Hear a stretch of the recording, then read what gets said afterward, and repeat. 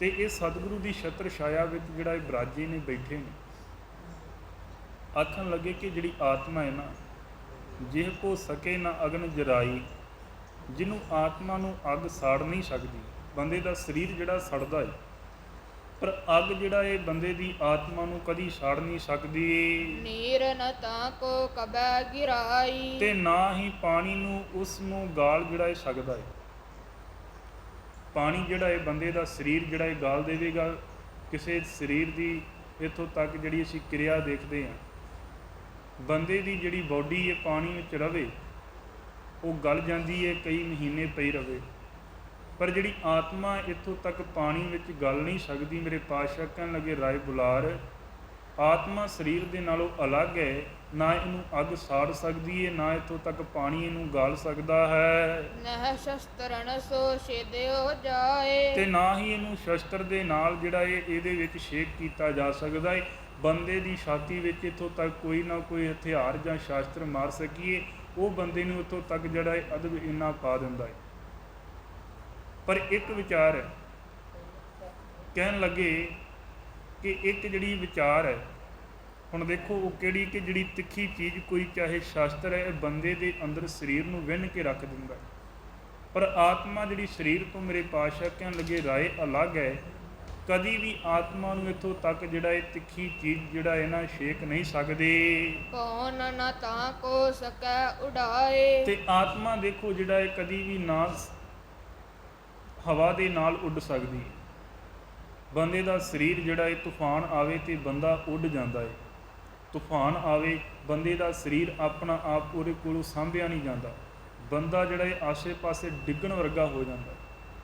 ਪਰ ਪਾਤਸ਼ਾਹ ਕਹਿਣ ਲੱਗੇ, ਜਿਹੜੀ ਆਤਮਾ ਹੈ ਨਾ, ਇਹ ਕਦੇ ਵੀ ਇੱਥੋਂ ਤੱਕ ਜਿਹੜਾ ਇਹ ਹਵਾ ਵਿੱਚ ਉੱਡਣ ਵਾਲੀ, ਤੇ ਨਾ ਇਹਨੂੰ ਪਵਨ ਜਿਹੜਾ ਇਹ ਉਡਾ ਸਕਦੀ ਹੈ। ਬਾਲਕ ਬੂਢਾ ਜੋ ਤਹ ਤਰੁਣਾ, ਉਹ ਦੇਖੋ ਬਾਲਕ ਹੈ, ਨਾ ਹੀ ਉਹ ਜਿਹੜੀ ਆਤਮਾ ਬੁੱਢੀ ਹੋਣ ਵਾਲੀ, ਨਾ ਇਹ ਬੁੱਢਾ ਨੇ, ਨਾ ਇਹ ਬਾਲਾ। ਬਾਣੀ ਵਿੱਚ ਅਸੀਂ ਬਚਨ ਪੜ੍ਹਦੇ ਹਾਂ। ਹੁਣ ਦੇਖੋ ਪਾਤਸ਼ਾਹ ਇੱਥੇ ਕਹਿਣ ਲੱਗੇ ਕਿ ਨਾ ਤਾਂ ਕਦੀ ਉਹ ਬਚਪਨ ਦੇ ਵਿੱਚ ਆਉਂਦੀ ਹੈ, ਨਾ ਉਹ ਬੁਢੇਪੇ ਵਿੱਚ ਹੁੰਦੀ ਹੈ। ਆਤਮਾ ਜਿਹੜੀ ਇੱਥੋਂ ਤੱਕ ਰੱਬ ਦਾ ਰੂਪ ਹੈ, ਪਰ ਇਹ ਜਿਹੜੀ ਆਤਮਾ ਭੇਦ ਪ੍ਰਮਾਤਮਾ ਵਿੱਚ ਹੋਵੇ ਤੇ ਬੰਦੇ ਦਾ ਜੀਵਨ ਸਫਲ ਹੁੰਦਾ ਹੈ। ਜੇ ਅਸੀਂ ਕਹੀਏ ਉਹਦੇ 'ਤੇ ਜਵਾਨੀ ਹੋਵੇਗੀ, ਉਹਦੇ 'ਤੇ ਇੱਥੋਂ ਤੱਕ ਬਚਪਨਾ ਹੋਵੇਗਾ, ਉਹਦੇ 'ਤੇ ਬੁਢੇਪਾ ਹੁੰਦਾ ਹੋਵੇਗਾ, ਪਾਤਸ਼ਾਹ ਕਹਿਣ ਲੱਗੇ, ਰਾਏ ਇਹ ਗੱਲ ਝੂਠੀ ਹੈ। ਨਾ ਇੱਥੋਂ ਤੱਕ ਬਾਲਕ ਹੈ, ਨਾ ਉਹ ਬੁੱਢਾ ਹੋਣ ਵਾਲਾ, ਤੇ ਨਾ ਹੀ ਉਹ ਦੇਖੋ ਜਵਾਨ ਹੈ। ਜਾਹੇ ਕਦਾਚਿਤ ਜਨਮ ਨ ਮਰਨਾ, ਤੇ ਉਹ ਨਾ ਹੀ ਜਨਮ ਮਰਨ ਦੇ ਗੇੜ ਦੇ ਚੱਕਰਾਂ ਵਿੱਚ ਪੈਣ ਵਾਲਾ ਹੈ। ਜਾ ਕੇ ਭੂਖ ਪਿਆਸ ਨਾ ਥੋਰੀ, ਤੇ ਬੰਦੇ ਦੇ ਸਰੀਰ ਨੂੰ ਜਿਹੜੀ ਹੈ ਐਕਟਿਵ ਹੋਣ ਵਾਸਤੇ ਉਹਨੂੰ ਭੁੱਖ ਲੱਗਦੀ ਹੈ। ਬੰਦੇ ਨੂੰ ਇੱਥੋਂ ਤੱਕ ਭੁੱਖ ਲੱਗਦੀ ਹੈ ਸਰੀਰ ਕਰਕੇ, 5 ਤੱਤਾਂ ਦੇ ਸਰੀਰ ਨੂੰ ਭੁੱਖ ਲੱਗੇਗੀ, ਪਰ ਆਤਮਾ ਨੂੰ ਨਾ ਤੇ ਇੱਥੋਂ ਤੱਕ ਭੁੱਖ ਲੱਗਦੀ ਹੈ, ਕਹਿਣ ਲੱਗੇ, ਨਾ ਪਿਆਸ ਲੱਗਦੀ ਹੈ। ਜਹ ਬਿਸਰੇ ਤਹਵੈ ਦੁਖ ਘੋਰੀ, ਹੁਣ ਇੱਥੇ ਕਹਿਣ ਲੱਗੇ, ਜਦੋਂ ਪ੍ਰਭੂ ਇੱਥੋਂ ਤੱਕ ਵਿਸਰ ਜਾਵੇ ਨਾ, ਤੇ ਇਹ ਜਿਹੜੀ ਆਤਮਾ ਹੈ, ਜਿਹੜੀਆਂ ਉਦਾਹਰਨਾਂ ਮੇਰੇ ਪਾਤਸ਼ਾਹ ਜੀ ਨੇ ਦਿੱਤੀਆਂ, ਕਹਿਣ ਲੱਗੇ ਜਦੋਂ ਇਹ ਪ੍ਰਮਾਤਮਾ ਇਹਨੂੰ ਵਿਸਰ ਜਾਵੇ ਤੇ ਬੜਾ ਦੁੱਖ ਜਿਹੜਾ ਇਹ ਪ੍ਰਾਪਤ ਕਰਦੀ ਹੈ। ਸੁਨ ਬੁਲਾਰ ਇਸ ਬਿਦ ਕੇ ਬਹਿਨਾ, ਤੇ ਆਖਣ ਲੱਗੇ, ਰਾਏ ਬੁਲਾਰ ਸੁੱਖਾਂ ਦੇ ਘਰ ਗੁਰੂ ਨਾਨਕ ਪਾਤਸ਼ਾਹ ਜੀ ਦੇ ਪਾਸੋਂ ਇਹ ਬਚਨ ਸੁਣ ਰਿਹਾ ਸੀ। ਨਿਜ ਸਰੂਪ ਜਾਣਿਓ ਸੁਖ ਐਨਾ, ਤੇ ਆਪਣੇ ਇਸ ਸਰੂਪ ਨੂੰ, ਸੁੱਖਾਂ ਦੀ ਖਾਣ ਜਿਹੜਾ ਇਹਨੇ ਜਾਣ ਲਿਆ, ਭਾਵ ਗੁਰੂ ਦੀ ਸੰਗਤ ਕੀਤੀ, ਗੁਰੂ ਦਾ ਪਿਆਰ ਆਪਣੇ ਅੰਦਰ ਪੈਦਾ ਕਰ ਲਿਆ ਹੈ। ਭਇਓ ਨਿਮਗਨ ਅਥਾ ਆਨੰਦਾ, ਤੇ ਆਨੰਦ ਦੇ ਵਿੱਚ ਜਿਹੜਾ ਐ ਪੂਰੇ ਮਸਤ ਹੋ ਚੁੱਕੇ ਹਨ। ਛੂਟ ਗਏ ਜਗ ਕੇ ਸਭ ਫੰਦਾ, ਜਦੋਂ ਗੁਰੂ ਦੇ ਦੀਦਾਰ ਕੀਤੇ ਨੇ, ਗੁਰੂ ਦੇ ਚਰਨਾਂ ਵਿੱਚ ਬੈਠਿਆ ਏ, ਬਿਰਾਜਿਆ, ਰਾਏ ਬੁਲਾਰ ਦੇ ਬੰਧਨ ਜਿਹੜੇ ਨੇ ਮਨ ਦੇ ਸਭੇ ਦੂਰ ਹੋ ਚੁੱਕੇ ਹਨ। ਹਾਥ ਬੰਦ ਪਦ ਬੰਧਨ ਧਾਰੀ, ਤੇ ਉਹਨੇ ਦੇਖੋ ਦੋਵੇਂ ਹੱਥ ਜੋੜ ਕੇ ਨਾ ਸਤਿਗੁਰੂ ਦੇ ਚਰਨਾਂ ਵਿੱਚ ਇੱਕ ਬੇਨਤੀ ਕੀਤੀ ਹੈ। ਉਸਤਤ ਪਦ ਕੀ ਗਿਰਾ ਉਚਾਰੀ, ਤੇ ਚਰਨ ਕਮਲਾਂ ਵਿੱਚ ਐ ਉਹਨਾਂ ਦੀ ਉਸਤਤੀ ਦੇ ਸ਼ਬਦ ਜਿਹੜਾ ਇਹ ਬੋਲ ਰਿਹਾ। ਰਾਏ ਬੁਲਾਰ ਕਹਿਣ ਲੱਗਾ, ਮੇਰੇ ਪਾਤਸ਼ਾਹ ਜੀਓ, ਮੈਂ ਜੀਭਾ ਤੋਂ ਬੜੇ ਬਚਨ ਜਿਹੜਾ ਕਹਿਣਾ, ਤੁਹਾਡੀ ਵਡਿਆਈ ਦੇ ਪ੍ਰਤੀ ਇਹ ਥੋੜੇ ਨੇ, ਮੇਰੇ ਤੇ ਕਿਰਪਾ ਆਪ ਜੀ ਨੇ ਕਰ ਦਿੱਤੀ ਹੈ। ਧੰਨ ਧੰਨ ਪੂਰਨ ਗੁਰਦੇਵਾ, ਜੀਭਾ ਤੋਂ ਉਚਾਰਨ ਕਰਨ ਲੱਗਾ, ਕਹਿਣ ਲੱਗਾ, ਮੇਰੇ ਦੀਨ ਦੁਨੀਆ ਦੇ ਮਾਲਕ ਗੁਰਦੇਵ ਜੀਓ, ਆਪ ਧੰਨ ਹੋ, ਆਪ ਧੰਨ ਹੋ ਜੀ। ਕਿਰਪਾ ਤੁਮਾਰ ਲਖਿਓ ਅਸ ਭੇਵਾ। ਤੁਹਾਡੀ ਕਿਰਪਾ ਦੇ ਕਰਕੇ ਇਹ ਅਸਲ ਜਿਹੜਾ ਇਹ ਭੇਦ ਮੈਂ ਤੁਹਾਡਾ ਜਾਣ ਨਾ ਸਕਿਆ, ਪਰ ਆਪ ਜੀ ਨੇ ਮੇਰੇ ਤੇ ਕਿਰਪਾ ਕੀਤੀ ਹੈ। ਮੈਂ ਆਪ ਜੀ ਦੀ ਕਿਰਪਾ ਦਾ ਪਾਤਰ ਬਣਿਆ, ਧੰਨ ਭਾਗਾਂ ਵਾਲਾ ਹਾਂ। ਰਾਗ ਦਵੈ ਖਦਵੈ ਸੰਗ ਸਮਾਨਾ। ਪਿਆਰ ਤੇ ਈਰਖਾ ਦੋਨੋਂ ਇੱਕ ਸ਼ੇਰ ਵਰਗੇ ਹੁੰਦੇ ਹਨ। ਇਨ ਕੇ ਭੈ ਤੇ ਮੁਝੇ ਮੁਚਾਨਾ। ਮੈਨੂੰ ਉਹਦੇ ਇਹਨਾਂ ਦੇ ਡਰ ਦੇ ਛੁਟਕਾਰਾ ਜਿਹੜਾ ਆਪ ਜੀ ਨੇ ਇਹਨਾਂ ਤੋਂ ਦਵਾ ਦਿੱਤਾ ਏ। ਦੇਖੋ ਮੇਰੇ ਅੰਦਰ ਜਿਹੜਾ ਡਰ ਸੀ ਵਕਾਰਾਂ ਦੇ ਵਿੱਚ ਕਿਤੇ ਜ਼ਿੰਦਗੀ ਬਤੀਤ ਨਾ ਹੋ ਜਾਵੇ, ਮੇਰੇ ਪਾਤਸ਼ਾਹ ਜੀ ਮੇਰੇ ਗੁਰਦੇਵ ਜੀ ਮੈਨੂੰ ਇਹਨਾਂ ਤੋਂ ਤੁਸੀਂ ਜਿਹੜਾ ਇਹ ਛੁਟਕਾਰਾ ਦਵਾ ਦਿੱਤਾ ਹੈ। ਕਸਰਿਓ ਸਰਪ ਦੀਰਗ ਅਹੰਕਾਰਾ। ਜਿਸ ਸੱਪ ਰੂਪੀ ਵੱਡੇ ਹੰਕਾਰ ਨੇ ਮੈਨੂੰ ਜਿਹੜਾ ਨਿਗਲਿਆ ਹੋਇਆ ਸੀ, ਮੈਨੂੰ ਇਹਨੇ ਡੰਗ ਮਾਰਿਆ ਸੀ, ਇਹਦੇ ਤੋਂ ਬਚਾ ਲਿਆ ਜੇ। ਦੀਨ ਜਾਨ ਤੁਮ ਲੀਨ ਉਬਾਰਾ। ਤੁਸੀਂ ਮੈਨੂੰ ਗਰੀਬ ਜਾਣ ਕੇ ਜਿਹੜਾ ਇਹ ਮੇਰੇ ਤੇ ਕਿਰਪਾ ਕੀਤੀ, ਮੈਨੂੰ ਬਚਾ ਲਿਆ ਹੈ। ਅਬ ਮੈਂ ਆਤਮ ਰੂਪ ਪਛਾਨਾ। ਹੁਣ ਮੈਂ ਆਪਣਾ ਆਤਮ ਰੂਪ ਪਛਾਣ ਲਿਆ ਏ। ਮੇਰੇ ਪਾਤਸ਼ਾਹ ਜੀਓ ਆਪ ਇਤੋਂ ਤੱਕ ਦੀਨਾਂ ਦੇ ਉੱਪਰ ਕਿਰਪਾ ਕਰਨ ਵਾਲੇ ਹੋ। ਜਹ ਜਾਣੇ ਜਗ ਕੋ ਦੁਖ ਹਾਨਾ। ਜਿਹਦੇ ਜਾਣਨ ਦੇ ਨਾਲ ਜਗ ਦੇ ਦੁੱਖਾਂ ਤੋਂ ਰਹਿਤ ਹੋ ਜਾਂਦੀ ਏ, ਉਹ ਵਡਿਆਈ ਆਪ ਜੀ ਦੇ ਘਰ ਦੀ ਹੈ। ਅਸ ਪ੍ਰਕਾਰ ਕੋ ਸੁਨ ਉਪਦੇਸ਼ੂ। ਇਸੇ ਤਰ੍ਹਾਂ ਉਪਦੇਸ਼ ਸੁਣ ਕੇ ਰਾਏ ਬੁਲਾਰ ਨੇ ਇਥੋਂ ਤੱਕ ਸਹਿਜੇ ਹੀ ਅਸਲ ਜਿਹੜਾ ਇਹਨਾਂ ਸਰੂਪ ਜਿਹੜਾ ਗੁਰੂ ਦਾ ਜਾਣਿਆ ਏ, ਜਾਣਿਓ ਸਹਿਜ ਸਰੂਪ ਨਰੇਸੂ ਕਹਿਣ ਲੱਗੇ। ਸਤਿਗੁਰੂ ਜੀ ਦੇ ਮੁਕੰਮਲ ਐ ਜਿਹੜਾ ਇਹ ਪੂਰੇ ਸਰੂਪ ਦੇ ਬਾਝੂ ਜਿਹੜਾ ਜਾਣੂ ਹੋ ਗਿਆ, ਕਿਉਂਕਿ ਗੁਰੂ ਕਿਰਪਾ ਦੀ ਖਾਨ ਨੇ ਬੇਨਤੀਆਂ ਕਰਨ ਲੱਗਾ, ਮੇਰੇ ਪਾਤਸ਼ਾਹ ਜੀ ਇੱਥੋਂ ਤੱਕ ਮੈਂ ਵਿਚਾਰਾਂ ਸੁਣਦਾ ਸੀ, ਅਦਬ ਮੈਂ ਮੰਨਦਾ ਵੀ ਸੀ। ਮੈਂ ਮੂਰਖ ਕੀ ਕੇਤਕ ਬਾਤ ਹੈ, ਕੋਟ ਪਰਾਧੀ ਤਰਿਆਰੇ। ਗੁਰੂ ਨਾਨਕ ਜਿਨ ਸੁਣਿਆ ਪੇਖਿਆ, ਸੇ ਪੇਰ ਗਰਭਾਸ ਨਾ ਪਰਿਆਰੇ। ਜਿਨ੍ਹਾਂ ਨੇ ਹਲੇ ਤੱਕ ਤੁਹਾਡੇ ਦੀਦਾਰ ਨਹੀਂ ਕੀਤੇ, ਦਰਸ਼ਨ ਨਹੀਂ ਕੀਤੇ, ਉਹ ਤਾਂ ਬਥੇਰੀਆਂ ਗੱਲਾਂ ਕਰਦੇ ਹੋਣਗੇ, ਪਰ ਅੱਜ ਮੈਂ ਇੱਥੋਂ ਤੱਕ ਤੁਹਾਡੇ ਸਰੂਪ ਨੂੰ ਮੁਕੰਮਲ ਜਾਣ ਲਿਆ ਹੈ। ਏਕ ਆਤਮਾ ਵਿਆਪਕ ਸਾਰੇ। ਇੱਕ ਆਤਮਾ ਹੀ ਹੈ ਜੋ ਸਾਰਿਆਂ ਦੇ ਵਿੱਚ ਵਿਆਪਕ ਹੈ, ਆਪ ਜੀ ਨੇ ਦੱਸ ਦਿੱਤਾ। ਹੁਤੋ ਭੇਦ ਸੋ ਦੂਰ ਨਿਵਾਰੇ। ਰਾਏ ਬੁਲਾਰ ਦੇ ਜਿਹੜੇ ਮਨ ਦੇ ਸਭੇ ਭਰਮ ਦੂਰ ਕਰ ਦਿੱਤੇ ਹਨ।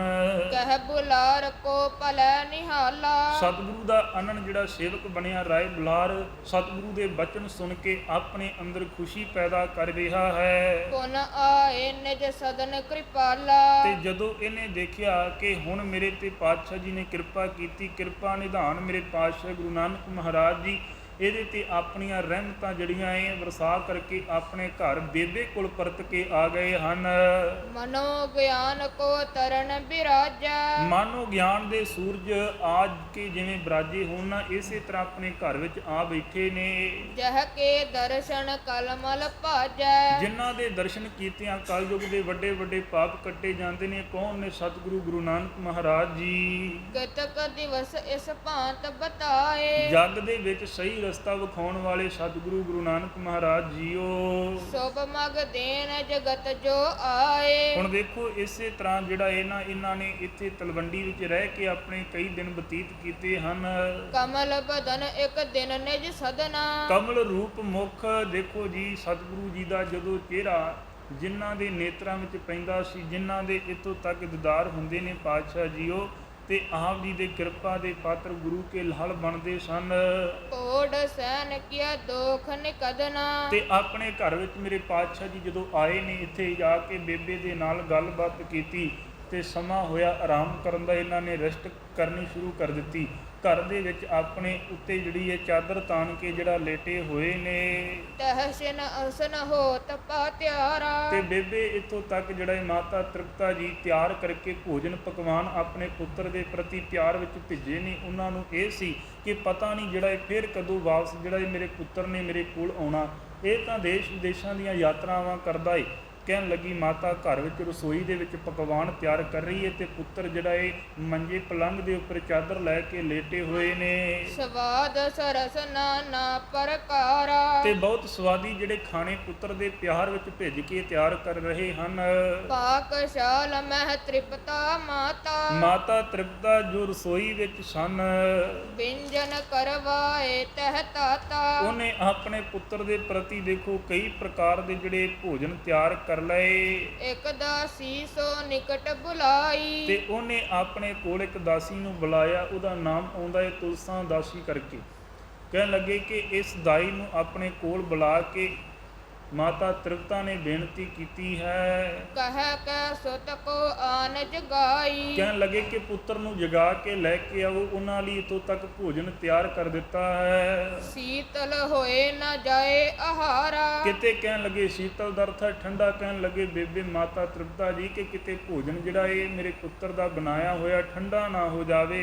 ਜੇ ਵਹ ਆਨ ਅਨੇਕ ਪ੍ਰਕਾਰਾ ਮੈਂ ਤਾਂ ਇੱਥੋਂ ਤੱਕ ਅਨੇਕਾਂ ਪ੍ਰਕਾਰ ਦੇ ਵੰਨ ਸੁਵੰਨੇ ਪਦਾਰਥ ਜਿਹੜੇ ਤਿਆਰ ਕੀਤੇ ਹੋਏ ਨੇ। ਤਬ ਗਵਨੀ ਦਾਸੀ ਸੁਨ ਬੈਨਾ ਮਾਤਾ ਦੇ ਬੋਲ ਸੁਣ ਕੇ ਆਗਿਆ ਲੈ ਕੇ ਦਾਸੀ ਗੁਰੂ ਨਾਨਕ ਮਹਾਰਾਜ ਜੀ ਦੇ ਵੱਲ ਪਰਤ ਕੇ ਚਲੇ ਗਈ ਹੈ। ਪਹੁੰਚੀ ਜਹਸੈ ਨੇ ਗੁਣ ਐਨਾ ਉੱਥੇ ਪਹੁੰਚ ਚੁੱਕੀ ਜਿੱਥੇ ਦੀਨਾਂ ਦੇ ਨਾਥ ਗੁਰੂ ਨਾਨਕ ਮਹਾਰਾਜ ਜੀ ਇੱਥੋਂ ਤੱਕ ਆਪਣੇ ਉੱਪਰ ਚਾਦਰ ਲੈ ਕੇ ਲੇਟੇ ਹੋਏ ਹਨ। ਹਿਰਦੈ ਜਗਾਵਨ ਕੀ ਅਬਲਾਖਾ ਦਾਸੀ ਦੇ ਮਨ ਵਿੱਚ ਜਗਾਉਣ ਦੀ ਇੱਛਾ ਹੈ ਸੀ, ਪਰ ਇੱਥੋਂ ਤੱਕ ਸਿਆਣੀ ਮਤ ਉਹਨੇ ਆਪਣੇ ਅੰਦਰ ਧਾਰਨ ਕੀਤੀ ਹੈ। ਸੁਮਤਵਾਨ ਥੀ ਬਚਨ ਨ ਭਾਖਾ ਉਹ ਕੁਝ ਨਾ ਬੋਲੀ, ਕਹਿਣ ਲੱਗੀ ਇੱਥੋਂ ਤੱਕ ਮੇਰੇ ਪਾਤਸ਼ਾਹ ਜੀ ਨੇ ਉੱਪਰ ਜਿਹੜਾ ਕੱਪੜਾ ਤਾਣਿਆ ਹੋਇਆ ਹੈ। ਹੁਣ ਦੇਖੋ, ਜਿਹੜਾ ਗੁਰੂ ਨਾਨਕ ਮਹਾਰਾਜ ਜੀ ਦੇ ਘਰ ਦੀ ਵਿਚਾਰ ਜਾਣਦਾ ਹੋਵੇ ਉਹਦਾ ਦਿਲ ਕਰਦਾ ਹੈ ਕਿ ਕੋਈ ਇੱਥੋਂ ਤੱਕ ਰੱਬ ਦੀ ਰੂਹ ਸੁੱਤੀ ਹੋਵੇ, ਉਹਨੂੰ ਜਾ ਕੇ ਅਸੀਂ ਜਗਾ ਦਈਏ। ਇਹ ਪਾਪ ਵਾਲੀ ਗੱਲ ਹੋਵੇਗੀ। ਕਹਿਣ ਲੱਗੇ ਪਾਤਸ਼ਾਹ ਜੀ ਦੇ ਉੱਪਰ ਜਿਹੜਾ ਇਹਨਾਂ ਕੱਪੜਾ ਤਾਣਿਆ ਹੋਇਆ ਹੈ, ਤੇ ਇੱਧਰ ਕਹਿਣ ਲੱਗੇ ਵਹਿਰ ਚੀਰ ਤੇ ਚਰਨ ਸੁਹਾਵਾ, ਤੇ ਇਹਨਾਂ ਦੇ ਪਾਤਸ਼ਾਹ ਜੀ ਦੇ ਚਰਨ ਜਿਹੜੇ ਨੇ ਨਾ ਹੁਣ ਪਲੰਗ ਦੇ ਉੱਪਰ ਪਏ ਨੇ, ਬਰਾਜੇ ਨੇ, ਜਿਹੜੇ ਪੈਰ ਨੇ ਓਨਲੀ ਇਕੱਲੇ ਪੈਰ ਮੇਰੇ ਗੁਰੂ ਨਾਨਕ ਮਹਾਰਾਜ ਜੀ ਦੇ ਉਹ ਚਾਦਰ ਦੇ ਵਿੱਚੋਂ ਬਾਹਰ ਜਿਹੜੇ ਨਜ਼ਰ ਆ ਰਹੇ ਸੀ ਦਾਸੀ ਨੂੰ। ਤਹ ਪਰ ਸਨਹਿਤ ਮਨ ਲਲਚਾਵਾ ਤੇ ਇਹ ਦਾਸੀ ਨੇ ਆਖਿਆ ਕਿ ਮੈਂ ਕੀ ਜਿਹੜਾ ਇੱਥੋਂ ਤੱਕ ਮੇਰੇ ਪਾਤਸ਼ਾਹ ਜੀ ਸੁੱਤੇ ਨੇ ਉਠਾਵਾਂ, ਤੇ ਇਹਦਾ ਮਨ ਜਿਹੜਾ ਇਹ ਨਾ ਲਲਚਾ ਗਿਆ। ਹੁਣ ਕਹਿਣ ਲੱਗੇ ਕਿ ਇੱਥੇ ਮੇਰੇ ਪਾਤਸ਼ਾਹ ਜੀ ਬਰਾਜੇ ਨੇ, ਕਿਉਂ ਨਾ ਹੋਵੇ ਆਪਣੇ ਮਸਤਕ ਨੂੰ ਮੈਂ ਜਿਹੜਾ ਇਹਨਾਂ ਦੇ ਚਰਨਾਂ ਵਿੱਚ ਰੱਖ ਦੇਵਾਂ, ਇਹਨਾਂ ਦੇ ਇੱਥੋਂ ਤੱਕ ਚਰਨਾਂ ਨੂੰ ਮੈਂ ਚੁੰਮ ਲਵਾਂ। ਐਸਾ ਪਿਆਰ ਦਾਸੀ ਦੇ ਅੰਦਰ ਜਾਗਿਆ ਹੈ। ਪਰਮ ਪ੍ਰੇਮ ਜਾਗਿਓ ਮਨ ਮਾਹੀ ਉਸੇ ਦਾਸੀ ਦੇ ਅੰਦਰ ਪਿਆਰ ਗੁਰੂ ਨਾਨਕ ਪਾਤਸ਼ਾਹ ਜੀ ਦੇ ਪ੍ਰਤੀ ਜਾਗ ਚੁੱਕਾ ਹੈ। ਚਰਨ ਹਾਥ ਸੁਆਹੋ ਨਾਹੀ ਕਹਿਣ ਲੱਗੇ ਗੁਰੂ ਦੇ ਚਰਨਾਂ ਨੂੰ ਛੂਹਿਆ ਨਹੀਂਗਾ, ਹੱਥ ਜਿਹੜੇ ਲਾਏ ਨਹੀਂ। ਇਹਨਾਂ ਨੇ ਪਹਿਲਾਂ ਦੇਖੋ ਆਪਣੇ ਮਸਤਕ ਨੂੰ ਰੱਖਿਆ ਹੈ। ਰਸਨਾ ਸੰਗ ਸੋ ਚਾਟਨ ਲਾਗੀ ਕਹਿਣ ਲੱਗੇ ਰਸਨਾ ਤੋਂ ਇੱਥੋਂ ਤੱਕ ਜੀਭਾ ਦੇ ਨਾਲ ਸਤਿਗੁਰੂ ਦੇ ਪੈਰ ਚੱਟਣ ਦੀ ਗੱਲ। ਹੁਣ ਦੇਖੋ ਜੀ, ਆਪਣੇ ਇਹਨਾਂ ਲਿਪਸ ਦੇ ਰਾਹੀਂ ਉਸ ਦਾਸੀ ਨੇ ਦੇਖੋ ਸਤਿਗੁਰੂ ਜੀ ਦੇ ਜਿਹੜੇ ਚਰਨ ਨੇ ਉਹਨਾਂ ਨੂੰ ਚੁੰਮਿਆ ਹੈ। ਜਗ ਮੈਂ ਵੱਡ ਭਾਗਨ ਅਨੁਰਾਗੀ ਤੇ ਕਹਿਣ ਲੱਗੀ ਮੈਂ ਇੱਥੋਂ ਤੱਕ ਵੱਡੇ ਭਾਗਾਂ ਵਾਲੀ ਹਾਂ। ਹੁਣ ਕਾਰਨ ਕੀ, ਹੱਥ ਨਹੀਂ ਜਿਹੜੇ ਲਾਏ, ਕਿਉਂਕਿ ਹੱਥ ਜਦੋਂ ਲਾਉਂਦੇ ਚਰਨਾਂ ਨੂੰ ਕੀ ਪਤਾ ਸਤਿਗੁਰੂ ਉੱਠ ਨਾ ਜਾਂਦੇ। ਇਹਦੇ ਮਨ ਦੀ ਇਹ ਦਾਸੀ ਦੇ ਵਿਚਾਰ ਸੀ। ਇਹਨੇ ਪਹਿਲਾਂ ਆਪਣੇ ਮਸਤਕ ਨੂੰ ਗੁਰੂ ਦੇ ਚਰਨਾਂ ਵਿੱਚ ਜਿਹੜਾ ਝੁਕਾਇਆ ਹੈ, ਤੇ ਉਹਦੇ ਨਾਲ ਦੇਖੋ ਬਾਂਹ ਦੇ ਵਿੱਚ ਜਿਹੜਾ ਸਤਿਗੁਰੂ ਦੇ ਚਰਨਾਂ ਨੂੰ ਚੁੰਮਿਆ ਹੈ। ਕੀਨ ਸਪਰਸ਼ਨ ਰਸਨਾ ਜਬ ਹੀ ਤੇ ਜਿਉਂ-ਜਿਉਂ ਉਹਨੇ ਇੱਥੋਂ ਤੱਕ ਸਤਿਗੁਰੂ ਦੇ ਚਰਨਾਂ ਨੂੰ ਆਪਣੀ ਜੀਭ ਦੇ ਨਾਲ ਇੱਥੋਂ ਤੱਕ ਚੁੰਮਿਆ ਹੈ ਜੀ। ਹੁਣ ਦੇਖੋ ਉਹਦੇ ਨਾਲ ਕੀ ਜਿਹੜੀ ਭਾਣਾ ਵਾਪਰਿਆ ਹੈ। ਤੀਨ ਲੋਕ ਕੀ ਸੁਧ ਪੀ ਤਬ ਹੀ ਕਹਿਣ ਲੱਗੇ ਤਿੰਨਾਂ ਲੋਕਾਂ ਦੀ ਜਿਹੜੀ ਸੋਝੀ ਉਸ ਦਾਸੀ ਨੂੰ ਹੋ ਚੁੱਕੀ ਹੈ। ਗ੍ਰਾਮ ਨਗਰ ਕਾਨਨ ਗਿਰ ਭਾਰੀ ਪਿੰਡ ਸ਼ਹਿਰ ਜੰਗਲ ਜਿੰਨੇ ਵੀ ਸਾਰੇ ਪਰਬਤ ਜਿਹੜੇ ਨੇ ਇਹਨੂੰ ਨਜ਼ਰ ਆ ਰਹੇ ਸੀ। ਸਭ ਸੁਧ ਜਾਨੀ ਸਿੰਧ ਮੰਝਾਰੀ ਉਸ ਦਾਸੀ ਨੇ ਸਾਰੀ ਗੁਰੂ ਨਾਨਕ ਮਹਾਰਾਜ ਜੀ ਦੀ ਹੋ ਰਹੀ ਵਾਰਤਾਲਾਪ ਉਹ ਸੁੱਤੇ ਨੇ, ਤੇ ਉਹਨਾਂ ਦੀ ਇੱਥੋਂ ਤੱਕ ਜਿਹੜੀ ਵਿਚਾਰਧਾਰਾ ਕਿੱਥੇ ਉਪਲਬਧ ਹੈ, ਕਿਸ ਉੱਪਰ ਕਿਰਪਾ ਕਰ ਰਹੇ ਨੇ, ਕਿਸ ਉੱਪਰ ਬਰਸਾ ਰਹੇ ਸੀ, ਉਹ ਦਾਸੀ ਨੇ ਸਾਰੀ ਜਿਹੜੀ ਵਿਚਾਰ ਨੂੰ ਜਾਣ ਲਿਆ ਹੈ। ਤਹ ਇੱਕ ਕੌਤਕ ਲਖਿਓ ਅਨੂਪਾ ਤਾਂ ਉਹਨੇ ਇੱਥੋਂ ਤੱਕ ਦੇਖਿਆ ਜਿੱਥੇ ਪਾਤਸ਼ਾਹ ਜੀ ਜਿਹਦੇ ਤੇ ਰਹਿਮਤ ਕਰ ਰਹੇ ਸੀ, ਉੱਥੇ ਇੱਕ ਕੌਤਕ ਜਿਹੜਾ ਰਚਿਆ ਹੋਇਆ ਹੈ। ਸ਼੍ਰੀ ਨਾਨਕ ਕੋ ਪਿਖਿਓ ਸਰੂਪਾ ਸਤਿਗੁਰੂ ਜੀ ਦਾ ਜਦੋਂ ਉਹਨੇ ਸਰੂਪ ਦੇਖਿਆ ਸੀ। ਲਵਪੁਰ ਕੋ ਮਨ ਸੁਖ ਜੋ ਸਾਹਾ ਲਾਹੌਰ ਦਾ ਸ਼ਹਿਰ ਦਾ ਰਹਿਣ ਵਾਲਾ ਇੱਕ ਸ਼ਾਹ ਹੋਇਆ ਸੀ ਜਿਹਦਾ ਨਾਂ ਸੀ ਭਾਈ ਮਨਸੁਖ ਜੀ ਕਰਕੇ। ਤਹ ਜਹਾਜ ਦੋ ਸਾਗਰ ਮਾਹਾ ਉਹ ਇੱਥੋਂ ਤੱਕ ਧਨਾਨ ਸੀ, ਸ਼ਾਹ ਸੀ। ਕਹਿਣ ਲੱਗੇ ਉਹਦਾ ਜਿਹੜਾ ਇਹ ਜਹਾਜ਼ ਹੈ ਨਾ, ਸਮੁੰਦਰੀ ਜਹਾਜ਼ ਜਿਹੜਾ ਇੱਕ ਥਾਂ ਤੇ ਡੁੱਬ ਚੁੱਕਾ ਹੈ। ਤਾਂ ਕੋ ਬਿਗਨ ਨ ਹੋਣ ਕਛੁ ਲਾਗਾ ਤੇ ਉਹਨੇ ਇੱਥੋਂ ਤੱਕ ਸਤਿਗੁਰੂ ਦੇ ਅੱਗੇ ਬੇਨਤੀ ਕੀਤੀ। ਕਹਿਣ ਲੱਗੇ ਮੇਰੇ ਪਾਤਸ਼ਾਹ ਜੀਓ, ਆ ਤੁਹਾਡੇ ਸਿੱਖ ਦੇ ਜੀਵਨ ਦੇ ਵਿੱਚ ਕੋਈ ਵਿਘਨ ਜਿਹੜਾ ਇਹ ਪੈ ਚੁੱਕਾ ਹੈ, ਆਪ ਇੰਨੀ ਰਹਿਮਤ ਕਰੋ। ਜਿੱਥੇ ਸਤਿਗੁਰੂ ਜੀ ਹੁੰਦੇ ਸੀ ਸਿੱਖ ਜੁੜਿਆ, ਯਾਦ ਕਰੇ ਸਹੀ, ਕਿਤੇ ਆਪਣਾ ਗੁਰੂ ਇੱਥੋਂ ਤੱਕ ਆਪਣੇ ਸਿੱਖ ਦਾ ਵਾਲ ਵਿੰਗਾ ਤੱਕ ਨਹੀਂ ਹੋਣ ਦਿੰਦਾ। ਸਿਮਰਨ ਸ਼੍ਰੀ ਨਾਨਕ ਅਨੁਰਾਗਾ ਤੇ ਉਹਨੇ ਦੇਖੋ ਭਾਈ ਮਨਸੁਖ ਨੇ ਸਤਿਗੁਰੂ ਦੇ ਸਿਮਰਨ ਨੂੰ ਕਰਕੇ ਚੇਤੇ ਤੇ ਇੱਧਰ ਸਤਿਗੁਰੂ ਨੂੰ ਯਾਦ ਕੀਤਾ ਏ ਤੇ ਇੱਧਰ ਯਾਦ ਕਰਦੇ ਹੋਏ ਜਦੋਂ ਸਤਿਗੁਰੂ ਦੀ ਮਹਿਮਾ ਕਰ ਰਹੇ ਸੀ।